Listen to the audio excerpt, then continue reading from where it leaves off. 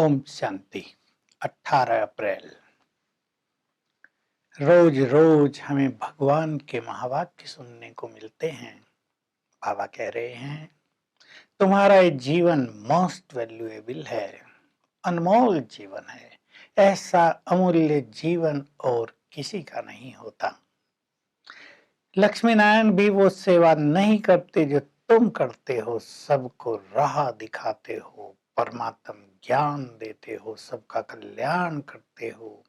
इस जन्म में तुम अपनी जितनी कमाई चाहे कर सकते हो, जितना उच्च पद पा सकते हो, ये तुम्हारा जीवन बहुत मूल्यवान है।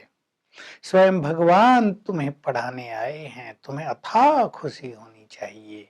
संपूर्ण ज्ञान वे हमें दे रहे हैं। हम अपने से पूछें, चिंतन करें इस बात पर।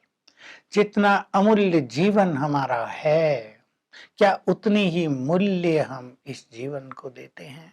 बाबा बहुत अच्छी बात कह रहे हैं, ध्यान देने योग्य है। तुम स्टूडेंट हो, जितना तुम याद करते हो तुम्हारी लाइट बढ़ती जाती है। तुम में अब लाइट आ रही है, तुम लाइट हाउस बनते जा रहे हो। योग बढ़ाते जाओ, तुम पावन बनते जाओगे, तुम्हारी लाइट बढ़ती जाएगी और इससे तुम संसार को लाइट देने वाले बन जाओगे। भक्ति में कहते हैं, शास्त्रों में है, गीता में भी ये बात है, आत्मा अपना ही मित्र है और अपना ही शत्रु है। तो तुम अब अपने मित्र बने हो। भगवान भी तुम्हारा मित्र बना है, तुम भी अपने मित्र बन रहे हो। पावन बनना ये है अपने मित्र स्वयं बनना, और पतित बन जाना ये है अपने शत्रु बन जाना, सारी कमाई को नष्ट कर देना। तो बहुत सुंदर ये गुह्य बातें हैं। हमें अपना मित्र बनना है। भगवान आकर हमें इन विकारों पर विजय प्राप्त कराते हैं। बाबा कह रहे, पहले विकार पर भी तुमने विजय पाई है। तुम सच्चे वैष्णव बन गए हो। तुम्हारा खान पान भी वैष्णव हो गया है, शुद्ध हो गया है। तुम ही जग का कल्याण करते हो। चेक करो अपने को, तुम्हारा जीवन बहुत मूल्यवान है। देवियों की पूजा इसीलिए तो करते हैं, वैष्णो देवी की पूजा करते हैं, क्योंकि तुम भारत का और विश्व का कल्याण करने वाले हो। भुजाएं दिखाते हैं ना बहुत सारी देवियों को, क्योंकि ज्ञान के अस्त्र शस्त्र तुम्हारे पास हैं। तो बाबा शुरू कर रहे थे, पहले 2 युग भक्ति चली। भक्ति में गीत गाना, भजन गाना, तीर्थों पे जाना, वेद शास्त्र उपनिषद गीता पढ़ना, पूजा पाठ करना, ये सब भक्ति है। आधा कल्प से तुम भक्ति करते आए हो, लेकिन इस ड्रामा का विधान ही ऐसा है कि भक्ति करते करते तुम्हें नीचे उतरना ही है।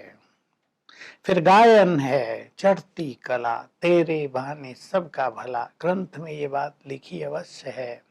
अब तुम चढ़ती कला में आते हो तो सारे संसार का भला हो जाता है, लेकिन सतयुग में तुम गीता नहीं पढ़ते हो, सतयुग में तुम भक्ति नहीं करते हो। वो है ज्ञान की प्रारब्धि। बहुत सूक्ष्म बातें हैं, हम लोग के लिए तो मोटी हो गई, लेकिन ज्ञान की दृष्टि से संसार के लिए ये बहुत बड़ी बातें हैं। गीता भी तब शुरू हुई जब भक्ति शुरू हुई। वैसे तो शंकराचार्य जब आए तब उन्होंने ही गीता पर भाष्य लिखा और गीता का प्रचार प्रसार हुआ, क्योंकि प्रिंटिंग प्रेस तो होती नहीं थी, हाथ से लिखी जाती थी। पंडितों तक ही, ब्राह्मणों तक ही तब भी सीमित रही गीता। थोड़ा बहुत प्रचार होता रहा। अब बाबा हमें आकर सत्य ज्ञान दे रहे हैं। बाबा कह रहे हैं, महिमा अलग अलग लिखो, मेरी महिमा, मैं सृष्टि का बीज हूँ, ज्ञान का सागर, प्रेम का सागर, शांति का सागर, आनंद का सागर हो। श्री कृष्ण की महिमा अलग लिखो। बाबा बहुत अच्छी बात कर रहे हैं। शिव पर या देवियों पर ही लोग बलि चढ़ते हैं।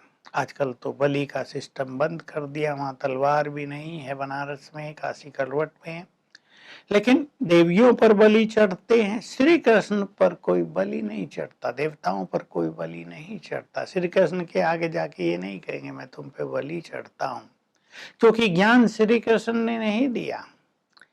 ब्रह्मा स्थापना करता है, ये तो बात प्रसिद्ध है ना, बहुत सूक्ष्म बात कह रहे हैं बाबा। ब्रह्मा द्वारा स्थापना तो जरूर ज्ञान ब्रह्मा द्वारा ही देंगे, क्योंकि नवयुग की स्थापना ब्रह्मा द्वारा होती है ना, ज्ञान द्वारा होती है। ये बहुत सूक्ष्म बात है। और अब तुम बाप के पास आकर अपना तन मन धन सब बलि चढ़ा देते हो, सब अर्पित कर देते हो शिव बाबा पर। इसलिए भक्ति में शिव के ऊपर सभी भक्त बलि चढ़ते रहे हैं। तो बाबा बहुत गुह्य बात हम सबको सिखा रहे हैं मुरली में। हमें इन बातों पे चिंतन करना है। तन मन धन हमने बलिहार किया है। ये तन पुराना है, ये दुनिया पुरानी है। बाबा कह रहे हैं तुम्हें इन सब से बेहद का वैराग्य होना चाहिए, क्योंकि ये सब कुछ छोड़कर तुम्हें चलना है। सब कुछ समाप्त होगा। अगर वैराग्य नहीं होगा तो तुम्हें यहाँ बहुत कष्ट होगा, दुख होगा।